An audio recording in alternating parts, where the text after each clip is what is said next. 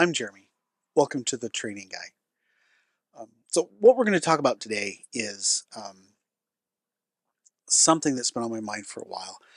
In my last position, in my last company, we had purchased a large training library for the use of all employees. And the goal behind this was 100% for employee development and show that we were investing in the future of the employees and therefore investing in the future of the company. It was great. It was wonderful. The problem is no one used it because no one knew where it was. And even as we evangelized it, no one could see how it applied to their job or whatnot. And the managers didn't really know how to use it and they didn't really know how to play with it. So this brought up a lot of questions because this isn't new. This is something that in just about every other position I've been in, they've always had this same problem. And that is that there was a lot of investment in these big, massive libraries of training, but yet no one was able to use. They were very rarely used. So this usually has two impacts. One is management feels like training is a waste of money. Like, why are we investing in something that's just not being utilized? And the other one is that the employees feel like they're on their own because they don't have any guidance. So let's talk about this. Let's talk first about the problem, or I should say about the disconnect. Well, let's first talk about this disconnect. Management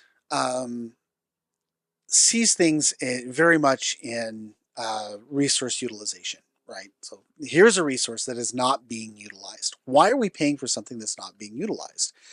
We could use that same money to further the business in other ways. Maybe get more salespeople, or get another engineer, or get additional customer success folks, or grow the support team, or something to that effect. So that prompts the first question for management, which is why do we invest in the learning library in the first place?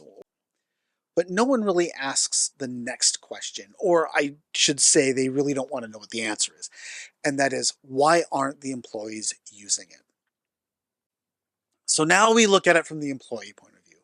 The employees want to grow in their careers, they want to earn better pay, and they want to be more knowledgeable and respected in their circle of influence. I mean, that's what employees really want to do.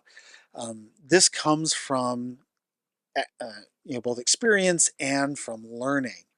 Training can help with this, and it can fill a lot of the gaps also that are otherwise lost when when you're on the job, right? So stuff like soft skills and things like that that are not directly related to the business, but are in general just how you work and get along with other people. This is where those large curated libraries are so valuable because they are able to fill the gaps. You have got topics covering everything from engineering to scripting to soft skills to sales to compliance training and everything like that. It's all done right there. And you usually have several different versions of it. And that's why they're so valuable.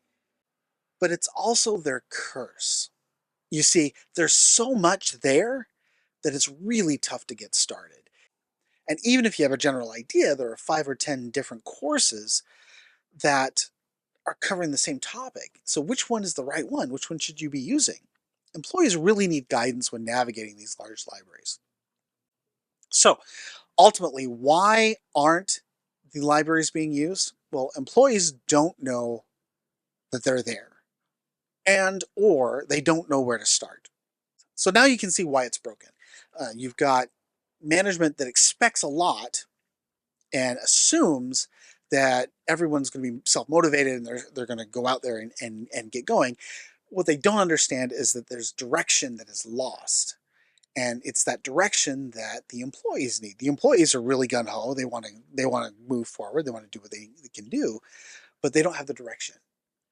And so in between that, we need to figure out how to give our folks direction. So in our next installment, we're going to talk about the 5 steps that you can use to get that direction and then really engage your folks into training so you can better support the business and you can better support your people and therefore better support the organization.